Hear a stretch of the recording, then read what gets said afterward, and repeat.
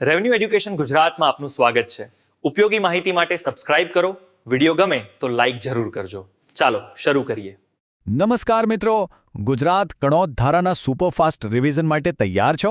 આ છે આપણી MCQ ચેલેન્જ. હું પૂછીશ પ્રશ્ન અને તેના વિકલ્પો અને અમારા એક્સપર્ટ આપશે એકદમ ચોક્કસ જવાબ. ચાલો જરા પણ સમય બગાડ્યા વિના શરૂ કરીએ. પ્રશ્ન નંબર 101. ગણોત ધારાની કલમ 2(6) મુજબ જાતે ખેડૂમાં કોનો સમાવેશ થાય? ઓપ્શન એ પોતાના શ્રમથી, કુટુંબના સભ્યોના શ્રમથી અથવા દેખરેખ હેઠળના મજૂરથી. ઓપ્શન બી ફક્ત પોતાના અંગત શ્રમથી. ઓપ્શન સી અન્ય ખેડૂતને ભાડે આપીને. કે option D registered agricultural firm દ્વારા. ઓપ્શન એ પોતાના શ્રમથી, કુટુંબના સભ્યોના શ્રમથી અથવા દેખરેખ હેઠળના મજૂરથી. કરેક્ટ! આગળ વધીએ. પ્રશ્ન નંબર 102. કૃષિ પંચને દીવાની અદાલતની સત્તા કઈ કલમ હેઠળ મળે છે? ઓપ્શન એ કલમ 72 હેઠળ. ઓપ્શન બી કલમ 84C હેઠળ. ઓપ્શન સી કલમ 32 હેઠળ. કે પછી ઓપ્શન ડી કલમ 43 હેઠળ. ઓપ્શન એ કલમ 72 હેઠળ. Absolutely right. પ્રશ્ન નંબર 103. ગણોત ધારા હેઠળ મામલતદારના હુકમ પર મનાઈ હુકમ એટલે કે સ્ટે કોણ આપી શકે? ઓપ્શન એ પ્રાંત અધિકારી. Option B collector. Option C તલાટી. કે ઓપ્શન ડી સીધા હાઈકોર્ટ. ઓપ્શન એ પ્રાંત અધિકારી, અપીલ અધિકારી. પરફેક્ટ! ચાલો જોઈએ પ્રશ્ન નંબર 104. કલમ 32A મુજબનું પ્રમાણપત્ર ક્યારે રદ થઈ શકે? ઓપ્શન એ જો ખરીદ કિંમતના હપ્તા ભરવામાં કસૂર થાય તો. ઓપ્શન બી જો જમીન 1 વર્ષ માટે પડતર રાખવામાં આવે તો. ઓપ્શન સી જો ગણોતીઓ 5 વર્ષની અંદર જમીન વેચી દે તો. કે પછી ઓપ્શન ડી જો મૂળ માલિક સાથે વિવાદ થાય તો. ઓપ્શન એ જો ખરીદ કિંમતના હપ્તા ભરવામાં કસૂર થાય તો. કરેક્ટ!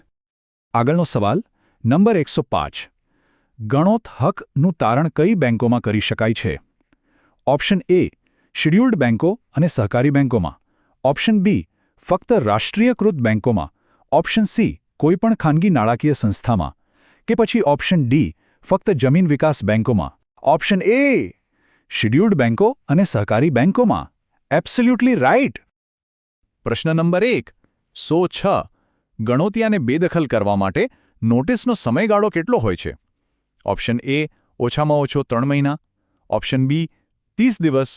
ઓપ્શન સી 6 મહિના. કે પછી ઓપ્શન ડી મામલતદારની મંજૂરીથી 15 દિવસ. ઓપ્શન એ ઓછામાં ઓછો 3 મહિના, કલમ 25 મુજબ.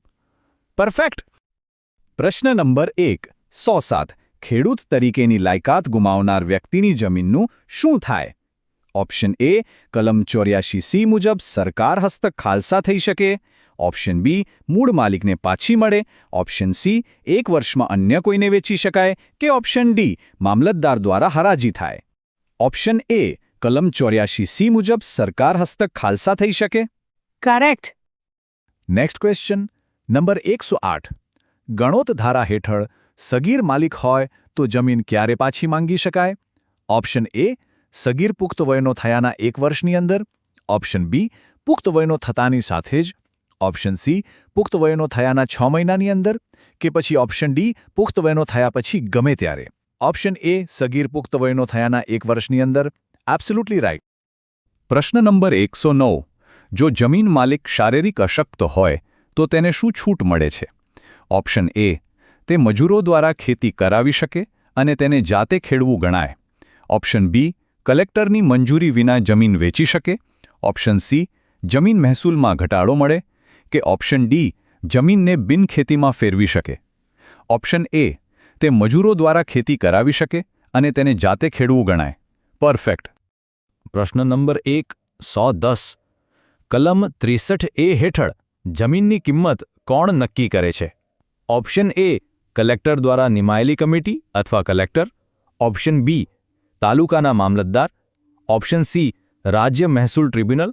કે ઓપ્શન ડી નાયબ કલેક્ટર. ઓપ્શન એ કલેક્ટર દ્વારા નિમાયેલી કમિટી અથવા કલેક્ટર. કરેક્ટ. પ્રશ્ન નંબર 111. ગણોત ધારા હેઠળ ખાધેલી જમીન કોને મળે છે? ઓપ્શન એ રાજ્ય સરકારને. ઓપ્શન બી મૂળ માલિકને, ઓપ્શન સી ગ્રામ પંચાયતને કે ઓપ્શન ડી બાજુના જમીન માલિકને? ઓપ્શન એ રાજ્ય સરકારને. Absolutely right. પ્રશ્ન નંબર 112. ગણોત રદ કરવા માટે કોની સમક્ષ હાજર થવું પડે? ઓપ્શન એ મામલતદાર સમક્ષ રૂબરૂમાં, ઓપ્શન બી તલાટીકમ મંત્રી સમક્ષ, ઓપ્શન સી કલેક્ટરને રજિસ્ટર પોસ્ટ દ્વારા કે પછી ઓપ્શન ડી ગામ પંચાયતના સરપંચ સમક્ષ. ઓપ્શન એ મામલતદાર સમક્ષ રૂબરૂમાં. પરફેક્ટ. પ્રશ્ન નંબર 113. ગણોતિયાએ જમીનનું ભાડું કઈ તારીખ સુધીમાં ભરવું જોઈએ? ઓપ્શન એ નિયત કરેલા મહેસૂલી હપ્તાની તારીખ મુજબ, ઓપ્શન બી લણણીના 30 દિવસમાં, ઓપ્શન સી દર વર્ષે 31 માર્ચ પહેલા કે ઓપ્શન ડી માલિક સાથે પરસ્પર સંમત થયા મુજબ. ઓપ્શન એ નિયત કરેલા મહેસૂલી હપ્તાની તારીખ મુજબ. કરેક્ટ. પ્રશ્ન નંબર 114. કાયમી ગણોતિયાને જમીનમાંથી ક્યારે કાઢી શકાય? ઓપ્શન એ માત્ર જો તે જમીનને કાયમી નુકસાન કરે અથવા શરત ભંગ કરે તો, ઓપ્શન બી જો માલિકને અંગત ખેતી માટે જમીનની જરૂર હોય તો, ઓપ્શન સી જો ગણોતીઓ 1 વર્ષ માટે ભાડું ન ભરે તો, કે ઓપ્શન ડી જો ગણોતીઓ જમીન પેટા ભાડે આપે તો. ઓપ્શન એ માત્ર જો તે જમીનને કાયમી નુકસાન કરે અથવા શરત ભંગ કરે તો. Absolutely right. પ્રશ્ન નંબર 115. ગણોત ધારા હેઠળ ખેતી પંચની કાર્યવાહી કઈ ભાષામાં થાય છે? ઓપ્શન એ ગુજરાતી ભાષામાં, ઓપ્શન બી અંગ્રેજી ભાષામાં, ઓપ્શન સી હિન્દી ભાષામાં કે પછી ઓપ્શન ડી સ્થાનિક કોર્ટની ભાષામાં. ઓપ્શન એ ગુજરાતી ભાષામાં. પરફેક્ટ. ચલો પ્રશ્ન નંબર 116. ખેતી પંચના સભ્યોની નિમણૂક કોણ કરે છે? ઓપ્શન એ રાજ્ય સરકાર, option B collector, option C ગુજરાતની હાઈકોર્ટ કે પછી ઓપ્શન ડી મહેસૂલ સચિવ. ઓપ્શન એ રાજ્ય સરકાર. કરેક્ટ. પ્રશ્ન નંબર 117. કલમ 43 મુજબ જમીન ટ્રાન્સફર માટે શું ભરવું પડે? Option A premium, option B ફક્ત સ્ટેમ્પ ડ્યુટી, ઓપ્શન સી કૃષિ સેસ કે option D registration fee. Option A premium નજરાણાની રકમ. Absolutely right. પ્રશ્ન નંબર 118. નવી શરતની જમીન ભેટમાં આપવા માટે મંજૂરી જોઈએ? ઓપ્શન એ હા, કલેક્ટરની મંજૂરી અનિવાર્ય છે. ઓપ્શન બી ના, ભેટને મુક્તિ આપવામાં આવી છે. ઓપ્શન સી ફક્ત જો ભેટ બિન પરિવારના સભ્યને હોય તો, કે પછી ઓપ્શન ડી મામલતદારની મંજૂરી પૂરતી છે.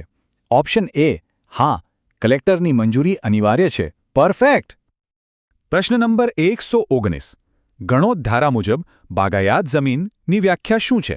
ઓપ્શન એ જેમાં ફળઝાડ અથવા મસાલાના પાક ઉગાડાતા હોય, ઓપ્શન બી કોઈપણ જમીન જેમાં સિંચાઈની સુવિધા હોય, ઓપ્શન સી કપાસ જેવા રોકડિયા પાકો ઉગાડતી જમીન કે ઓપ્શન ડી સરકાર દ્વારા ફ્લોરિકલ્ચર માટે નિયુક્ત જમીન. ઓપ્શન એ જેમાં ફળઝાડ અથવા મસાલાના પાક ઉગાડાતા હોય.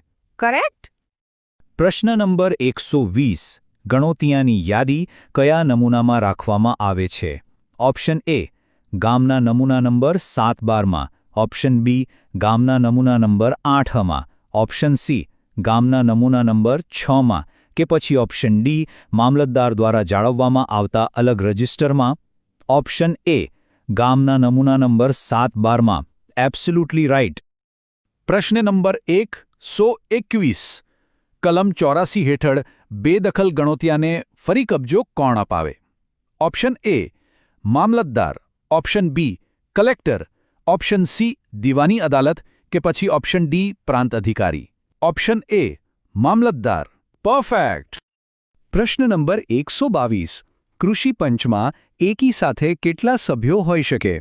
ઓપ્શન એ સામાન્ય રીતે 1 અથવા સરકાર નક્કી કરે તેટલા, ઓપ્શન બી હંમેશા 3 સભ્યો, ઓપ્શન સી ઓછામાં ઓછા 2 સભ્યો અને 1 અધ્યક્ષ કે ઓપ્શન ડી 5 સભ્યો જેમાં 2 ખેડૂત પ્રતિનિધિઓ. ઓપ્શન એ સામાન્ય રીતે 1 મામલતદાર અથવા સરકાર નક્કી કરે તેટલા. કરેક્ટ. પ્રશ્ન નંબર 123. ગણોત ધારાના કેસમાં સમજૂતી થઈ શકે? ઓપ્શન એ હા, જો તે કાયદાની જોગવાઈઓ વિરુદ્ધ ન હોય તો, ઓપ્શન બી ના, મહેસૂલી બાબતોમાં સમજૂતીની મંજૂરી નથી, ઓપ્શન સી ફક્ત હાઈકોર્ટની મંજૂરીથી, કે ઓપ્શન ડી હા પણ ફક્ત ભાડાની ચૂકવણી સંબંધિત બાબતો માટે. ઓપ્શન એ હા જો તે કાયદાની જોગવાઈઓ વિરુદ્ધ ન હોય તો એબ્સોલ્યુટલી રાઈટ. અને પ્રશ્ન નંબર 124, જમીન સંપાદન થાય ત્યારે ગણોતિયાને વળતર મળે? ઓપ્શન એ હા, તેના ગણોત હકના પ્રમાણમાં હિસ્સો મળે. ઓપ્શન બી ના, ફક્ત જમીન માલિકને વળતર મળે છે. ઓપ્શન સી હા, મામલતદાર દ્વારા નક્કી કરેલી નિશ્ચિત રકમ. કે પછી ઓપ્શન ડી ફક્ત જો તે કાયમી ગણોતિયો હોય તો. ઓપ્શન એ હા, તેના ગણોત હકના પ્રમાણમાં હિસ્સો મળે. પરફેક્ટ. અને આવી ગયા છીએ આપણે છેલ્લા સવાલ પર. પ્રશ્ન નંબર 125, કલમ 32M નું સર્ટિફિકેટ કયા ફોર્મમાં અપાય છે? Option A form number 10, option B form number 7A, option C અધિનિયમનું પરિશિષ્ટ 3, કે ઓપ્શન ડી કલેક્ટર દ્વારા નક્કી કરાયેલ પ્રમાણપત્ર format. Option A form number 10 નિયમો મુજબ. કરેક્ટ. અને આ સાથે જ આપણી આજની MCQ ચેલેન્જ અહીં પૂરી થાય છે. તમારો સ્કોર કેવો રહ્યો? આ બધા જવાબો પાક્કા કરવા માટે ફરી એકવાર જરૂર જોજો. તમારી પરીક્ષા માટે ખૂબ ખૂબ શુભેચ્છાઓ. Thank you for watching the video. For useful and informative content, please subscribe. And if you like the video, don't forget to like.